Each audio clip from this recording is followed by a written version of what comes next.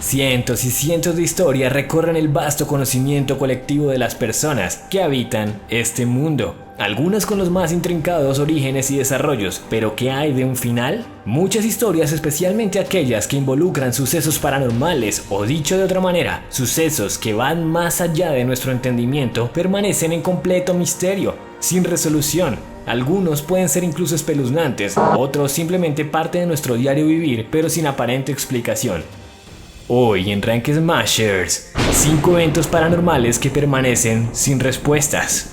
Número 5. En el año de 1954, en el aeropuerto de Haneda, Tokio, transcurría un día convencional, como cualquier otro, cuando un grupo de pasajeros que llegaban de diferentes partes de Europa procedieron a registrarse con los oficiales encargados del proceso. Fue entonces cuando uno de estos pasajeros de mediana edad y bien vestido se acercó a ellos y les dijo que venía para un viaje de negocios, uno más de tantos que había hecho en el año. Hablaba un japonés decente, pero su acento delataba un origen francés, y al registrarlo, llevaba consigo monedas de diferentes denominaciones y lugares alrededor del mundo, y por supuesto tuvo que mostrar su pasaporte, el cual despertó la curiosidad de los oficiales que lo registraban. Sosteniendo el pasaporte en sus manos, el oficial procedió a preguntar: ¿de qué país vienes? A lo que este pasajero respondió que venía de Tauret.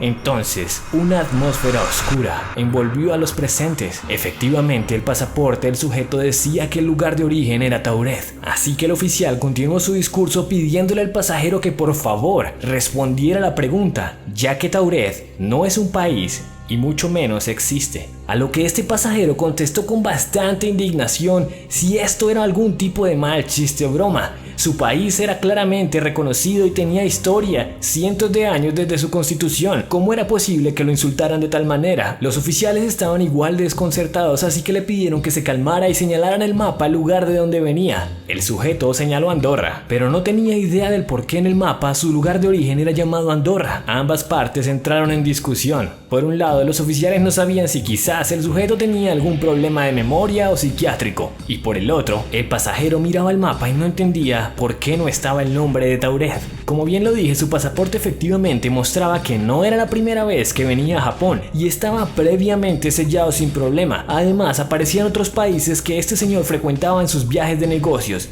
¿Qué era lo que estaba pasando? ¿Cómo nadie se había percatado de que su lugar de origen no existía? Los oficiales llamaron al lugar donde ese tenía una reunión, pero el número no funcionaba. Intentaron contactar con el hotel en donde supuestamente había una reserva, pero no había registros de él.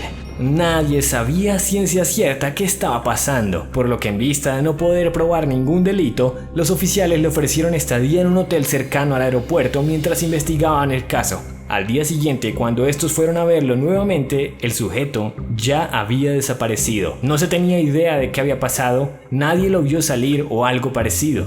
Este caso permanece completamente en misterio. Sin embargo, con el pasar de los años, la información original empezó a carecer de sostenibilidad, cuestionándose la cordura de los que presenciaron el evento y además la veracidad de los documentos, por lo que ha pasado a ser una leyenda urbana más. La explicación que suelen atribuir es que el sujeto probablemente, mientras viajaba en el avión, habría saltado entre dimensiones paralelas, pero así como llegó, su realidad lo absorbería de nuevo. Sea cual sea la explicación, el pensar que esta situación pudiese suceder realmente eriza la piel.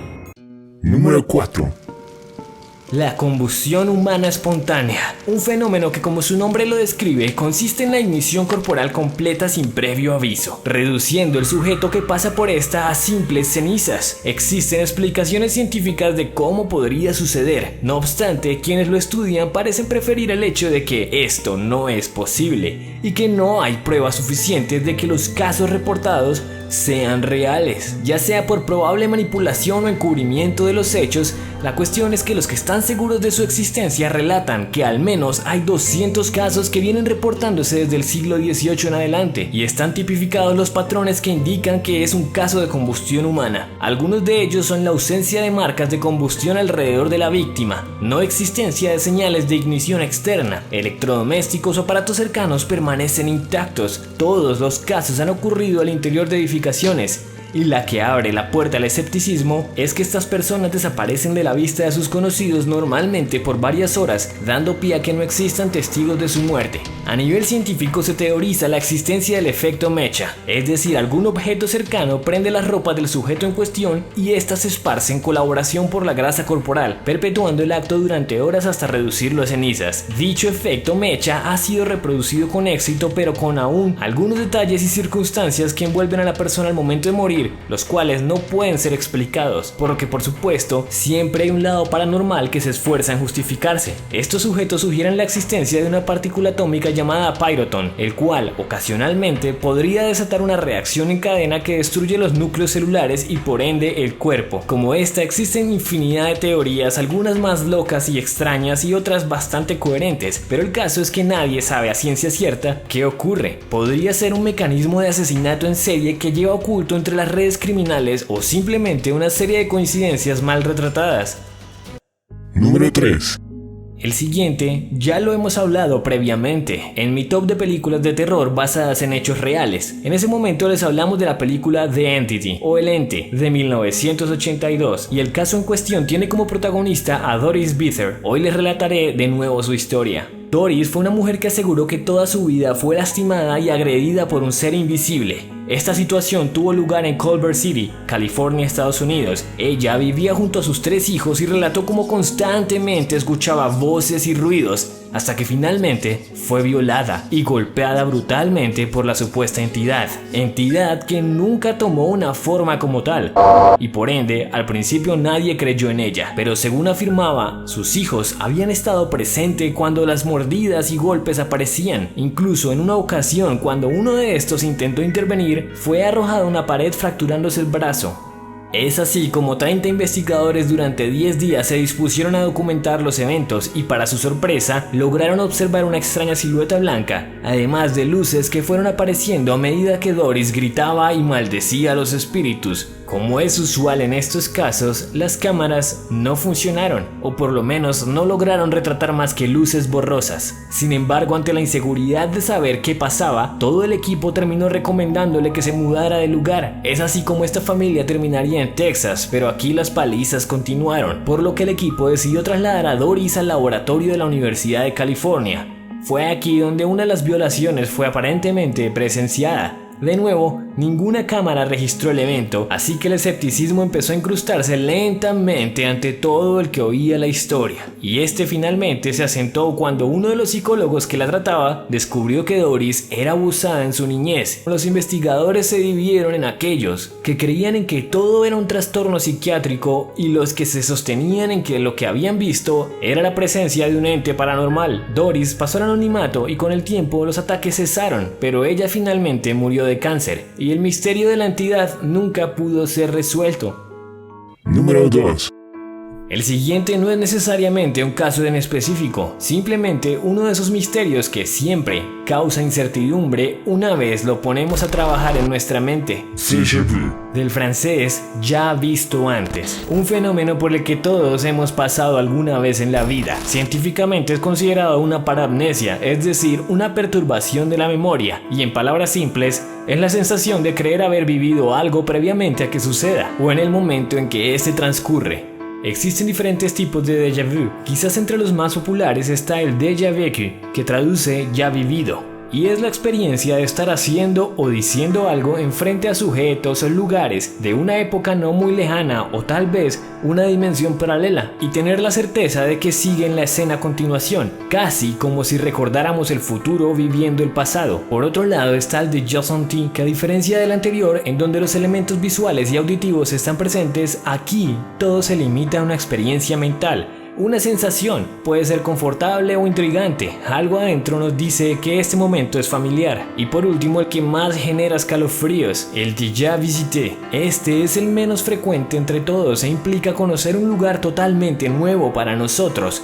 Lo que es curioso es que en el momento en que se experimenta, el sujeto puede tener pensamientos en su cabeza, quizás conversaciones en soliloquio, y de pronto tu memoria se nubla borrando el recuerdo de dicha conversación, dejando un raro sentimiento de penumbra e intriga. Psicológica y neurofisiológicamente hablando, se trata de una perturbación de la memoria, como había dicho, en específico la de corto plazo. Varias cosas apuntan a esto, como el hecho de no poder recordar segundos después de que se trataba el déjà vu, o el no poder enfocar adecuadamente el recuerdo. Otros teorizan, y quizás una de mis favoritas, es que es un solapamiento de conciencias, es decir, cuando el inconsciente se percata de la realidad mucho antes que el consciente, generando la confusión. Pero la hipótesis más aceptada por ahora es la de un retraso en el estímulo visual entre los nervios ópticos, generando un tiempo de latencia tan pequeño pero lo suficientemente grande para confundir el pensamiento. De todas maneras, como lo dije, esto no deja de ser simple hipótesis, nada ha sido realmente probado, y esto es lo que me carcome la cabeza, ya que aunque algunas de esas hipótesis puedan ser suficientes para aquellos que solo desean pasar de dicho momento, para otros el tener una breve memoria de una cara, una casa o un lugar que nunca habías visto puede resultar perturbador.